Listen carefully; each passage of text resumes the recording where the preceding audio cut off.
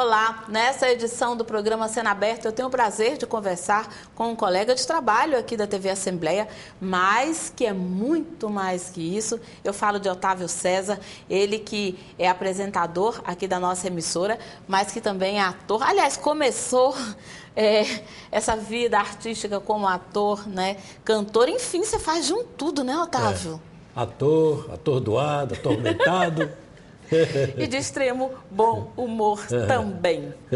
Você já esteve numa outra oportunidade aqui no nosso programa Cena Aberta? Faz tempo? Faz. Eu acho que em 2008, 2009, creio eu, logo no comecinho, né?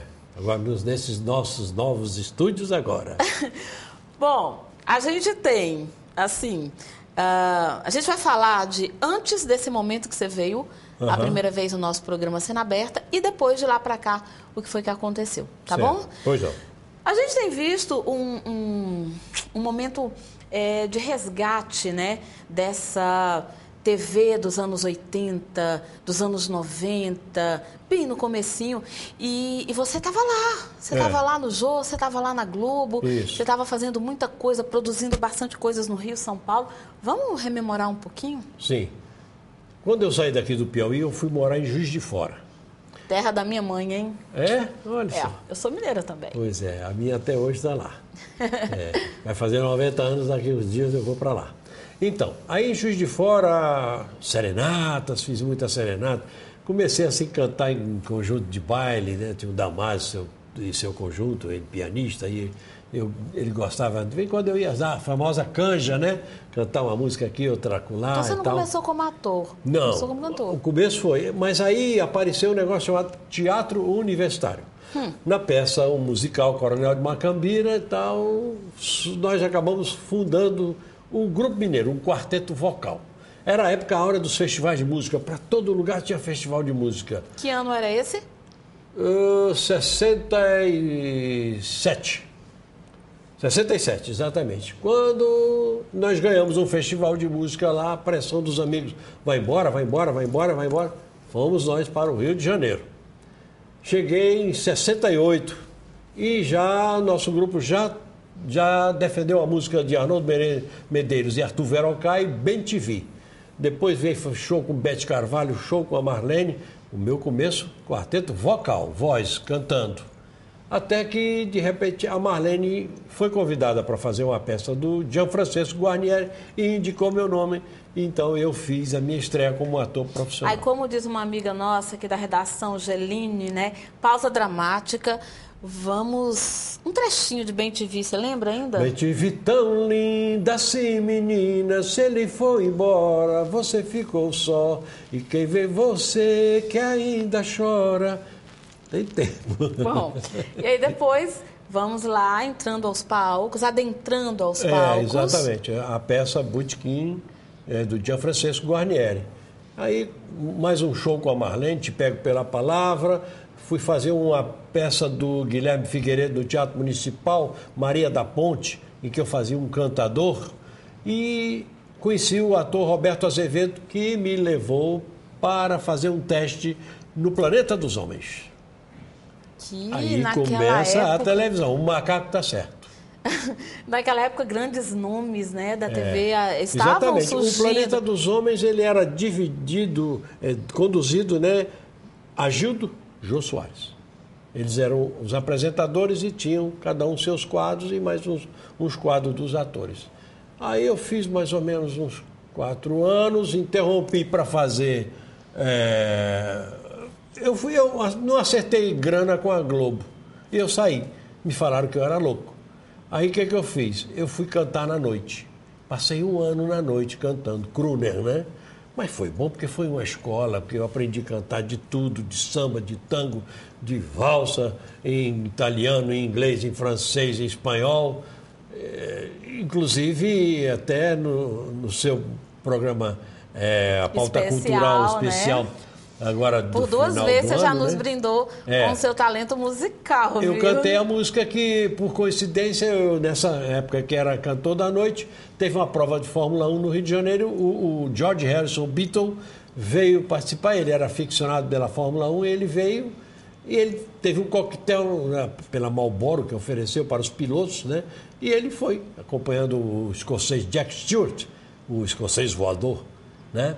E aí ele estava lá, eu... Cantou. To lead a better life, I need my love to be here. Quer dizer, o piauiense lá de Luzilândia cantou com o Beatle lá no Rio de Janeiro. Para você ver, não é?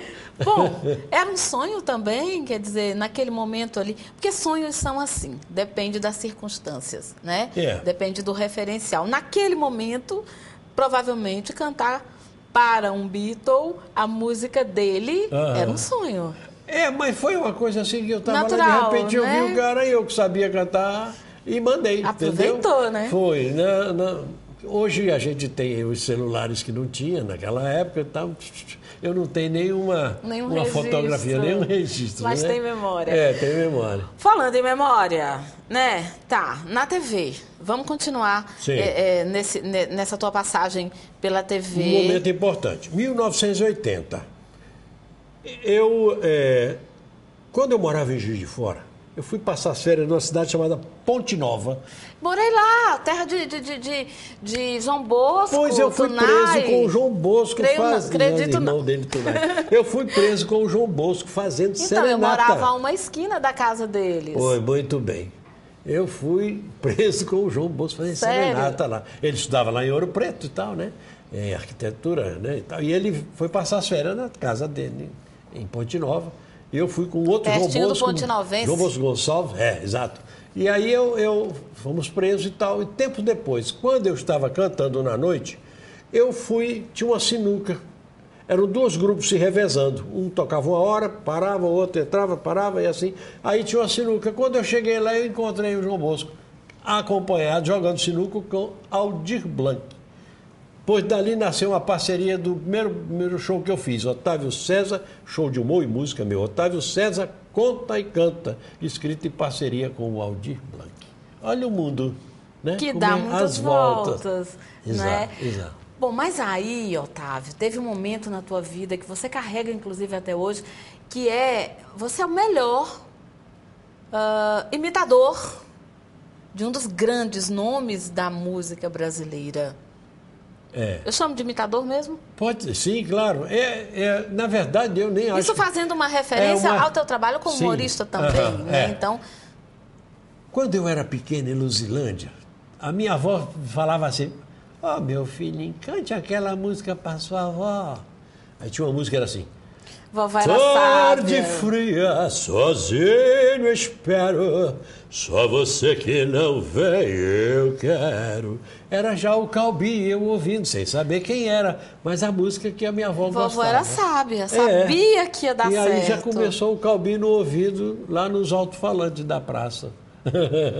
Aí quando eu fiz o show com a Marlene, tinha um momento do show sobre a Rádio Nacional, aquelas coisas, os jingles, né? Veja, ilustre passageiro, o belo tipo faceiro que você tem ao seu lado. Mas, no entanto, acredite, quase morreu de bronquite, salvou o rum creosotado.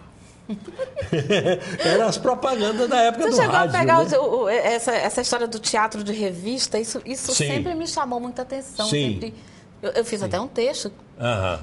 Posteriormente, quero passar para você. Sim. Né? E eu acho que deve ter sido uma época de muita efervescência. Eu não peguei aquelas famosas do Walter Pinto, por exemplo, né? Tem Bububu no Bobobó, tudo mais, né? Mas eu peguei algumas revistas um pouco já dos anos 70, que a gente fazia uma revisita, digamos assim, principalmente com o diretor Luiz Mendonça, não é? E participei e assisti também. Bom, aí então, seguindo o George Harrison, o meu primeiro show de humor, né? E eu voltei para o Planeta, e o Jô Soares, então, em 82, abriu do Planeta, ficou o Agildo comandando o Planeta, o Jô Soares foi fazer o Viva o Gordo. E aí me chamou, me convidou, e eu fui, e eu fiz do primeiro ao último programa, foram 7 anos na Rede Globo, o Viva o Gordo. Momento inesquecível do programa.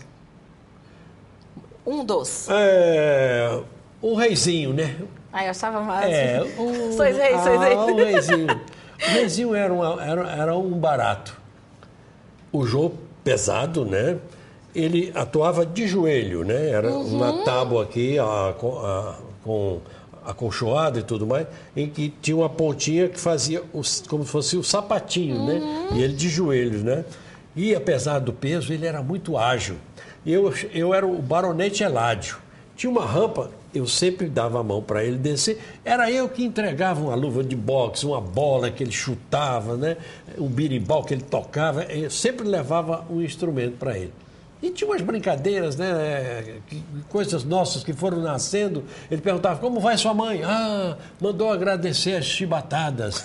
Oh, e ele ria, era besteira da gente. Como vai sua mãe? Né? Está sendo chicoteada e cada chicotada que ela leva, ela diz, sois reis, sois reis, sois reis.